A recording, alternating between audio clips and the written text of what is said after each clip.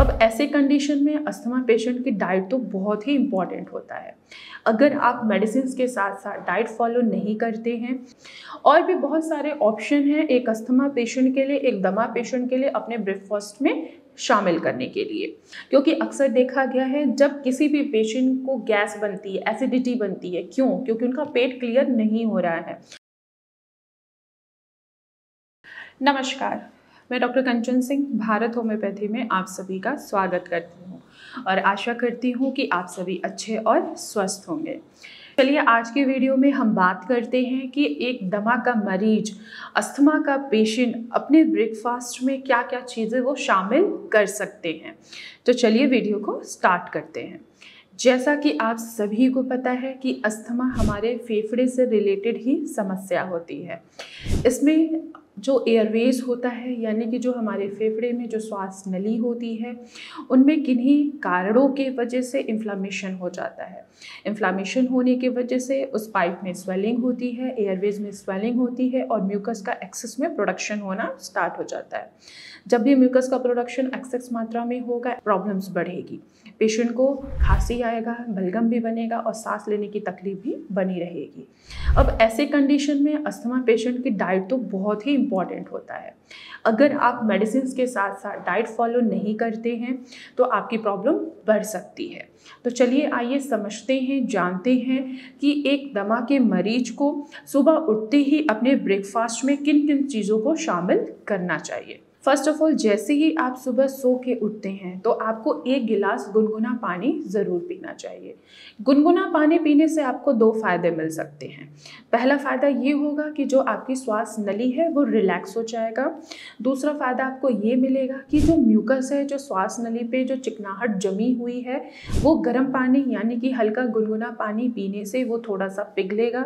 वो खांसी के थ्रू, बलगम के थ्रू आपके मुँह से बाहर निकल जाएगा और थोड़ा बहुत जो बलगम बचा होगा वो आपके स्टूल के जरिए बाहर निकल जाएगा। दूसरी चीज़ें आपको अपनानी है वो है कुछ सीड्स आपको खाने हैं सुबह उठकर। जब आपने गुनगुना पानी पी लिया उसके बाद आपको सुबह उठ के कुछ सीड्स का सेवन करना है, जैसे कि अलसी के बीज हो गया या पंपकिन सीड्स हो गया। आप इनका सेवन करिए। इससे क्या होगा कि आपके जो एयरवेज में, आपके फेफड़े में जो इन्फ्लेमेशन हुआ है, सांस लेने की जो तकलीफ है वो आपकी काफ़ी हद तक कम हो जाती है। क्यों हो जाती है? क्योंकि इन सीड्स में, इन बीजों में एंटीऑक्सीडेंट पाया जाता है। तो ये आपके जो ऑक्सीडेटिव स्ट्रेस आया हुआ है आपके फेफड़े पे, उनको ये कम करेगा और आपके जो बलगम बहुत ज़्यादा बन रहा है उनको वो कम करने में आपकी ही मदद करेंगे। इसके अलावा आप अखरोट ले सकते हैं, बादाम ले सकते हैं और अंजीर, जिसको फिग्स कहा जाता है, ये भी आप आसानी से इनका सेवन कर सकते हैं। और भी बहुत सारे ऑप्शन हैं एक अस्थमा पेशेंट के लिए, एक दमा पेशेंट के लिए अपने ब्रेकफास्ट में शामिल करने के लिए। जैसे कि आप दलिया भी खा सकते हैं, ओट्स भी खा सकते हैं। आप इनका सेवन भी करके आप आपके बलगम को बनने से रोक सकते हैं। आपको एक बात का बहुत ध्यान रखना है कि आपको ऐसा ब्रेकफास्ट लेना है जिनमें चिकनाहट ना हो। खटास वाली कोई भी चीज़ें आपको नहीं खाना है, जैसे कि टमाटर, नींबू, आपको इनका सेवन नहीं करना है। खट्टे जितने भी हमारे फ्रूट्स होते हैं उनका आपको सेवन नहीं करना है। इनके अलावा आप ओट्स खा सकते हैं, दलिया खा सकते हैं, आप पोहा भी खा सकते हैं। सबसे अच्छा ऑप्शन है आप इडली भी खा सकते हैं, आप डोसा सांभर भी खा सकते हैं। लेकिन जैसे मैंने आपको ये बोला है कि आपको खट्टी चीज़ों से दूर रहना है। अगर आप सांभर खाना चाह रहे हैं और आपको सांभर बहुत पसंद है तो कोशिश करिए कि उसमें आप टमाटर नहीं डालिए, उसमें किसी तरीके का लेमन नहीं डालिए, उसमें आप इमली भी मत डालिए। ये तीनों प्रोडक्ट क्या करते हैं, इसमें एसिड होता है, ये आपको खांसी की और भी ज़्यादा इंक्रीज हो सकती है, आपकी खांसी और भी ज़्यादा ये बढ़ा सकते हैं। तो आपको खट्टी चीज़ों से दूर रहना है। तो आप इडली डोसा खा सकते हैं, आप सांभर भी खा सकते हैं, लेकिन उसमें किसी भी तरीके की खट्टी चीज़ें इन्वॉल्व मत करिए। इसके साथ ही साथ आप कुछ फलों का भी आसानी से सेवन कर सकते हैं, जैसे कि सेब। सेब में एंटीऑक्सीडेंट होता है, बहुत अच्छी प्रॉपर्टीज़ होती है, एंटी इन्फ्लेमेटरी प्रॉपर्टीज़ होती है। ये ऑक्सीडेटिव स्ट्रेस को कम करता है और बलगम बनने से आपको रोकता है। तो आप सेब का भी सेवन कर सकते हैं, आप पपाया का भी सेवन कर सकते हैं। पपाया से आपका डाइजेशन इम्प्रूव होगा और आपका जो गट है वो भी हेल्दी रहेगा और आपको सांस लेने की तकलीफ भी महसूस नहीं होगी। क्योंकि अक्सर देखा गया है जब किसी भी पेशेंट को गैस बनती है, एसिडिटी बनती है, क्यों? क्योंकि उनका पेट क्लियर नहीं हो रहा है। और अस्थमाटिक पेशेंट में अगर बहुत ज़्यादा गैस बन रहा है, एसिडिटी बन रहा है, उनका पेट साफ नहीं हो रहा है, पेट साफ ना होने की वजह से एसिडिटी भी बनेगा और गैस भी बनेगा और गैस की वजह से पेशेंट को सांस लेने की तकलीफ थोड़ी सी उनकी बढ़ जाती है। तो ये सारी समस्याएं आपकी कम होती हुई नजर आएंगी। साथ ही साथ अब ब्रेकफास्ट के साथ जाहिर सी बात है लोगों को कोई ना कोई चीज़ पीना भी पसंद होता है, जैसे कि चाय। तो आप चाय ले सकते हैं। कोशिश करिए कि आप चाय की जगह ग्रीन टी का भी सेवन करें। ग्रीन टी में एंटीऑक्सीडेंट होता है, एंटी इन्फ्लेमेटरी प्रॉपर्टीज़ होती है, ये आपके इम्यून सिस्टम को बैलेंस करता है। एंटीऑक्सीडेंट गुड होने की वजह से ये इन्फ्लेमेशन को भी कम करता है। तो आप चाय के बजाय अगर आप ग्रीन टी का सेवन करते हैं, ग्रीन टी लेते हैं, तो एक अस्थमाटिक पेशेंट के लिए बहुत ही ज़्यादा बेनिफिशियल होता है। इसके अलावा आप काढ़ा भी आसानी से पी सकते हैं।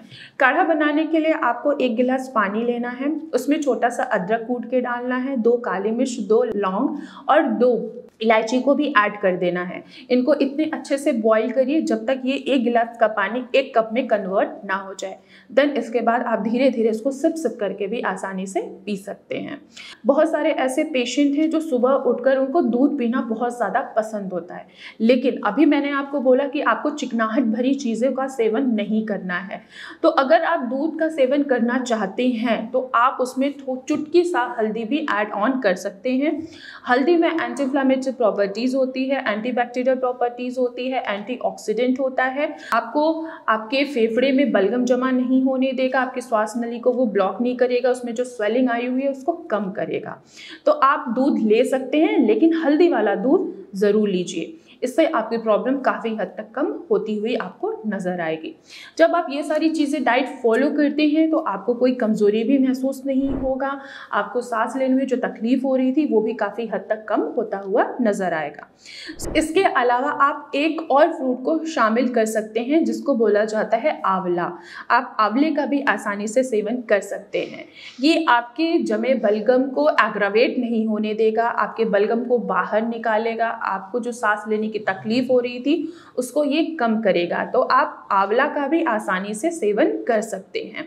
तो अब जो मैंने आपको ब्रेकफास्ट बताया है, अगर आप इनको शामिल करते हैं रोज़ाना बेसिस पे तो आप अपने बलगम को भी कम करेंगे और आपकी परेशानी भी ज़्यादा नहीं बढ़ेगी। इवन कि धीरे धीरे वो आपका कंट्रोल में ही आएगा।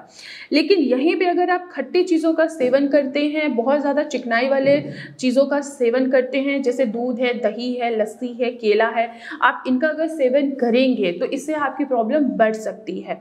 क्योंकि अस्थमा जो है ये क्या है, ये आपके फेफड़े से रिलेटेड ही समस्या है। आप किसी न किसी एलर्जन के कांटेक्ट में आते हैं और यही आपकी एलर्जी एग्रावेट करती है, बलगम को बढ़ाता है, खांसी को बढ़ाती है और सांस लेने की तकलीफ को भी बढ़ाती है। तो जो ब्रेकफास्ट मैंने आपको सजेस्ट किया है, अगर आप ये ब्रेकफास्ट अपनाते हैं तो आप अस्थमा को धीरे धीरे क्योर भी आसानी से कर सकते हैं। तो आज की वीडियो में बस इतना ही, फिर मैं मिलूंगी नेक्स्ट वीडियो में। तब तक के लिए धन्यवाद।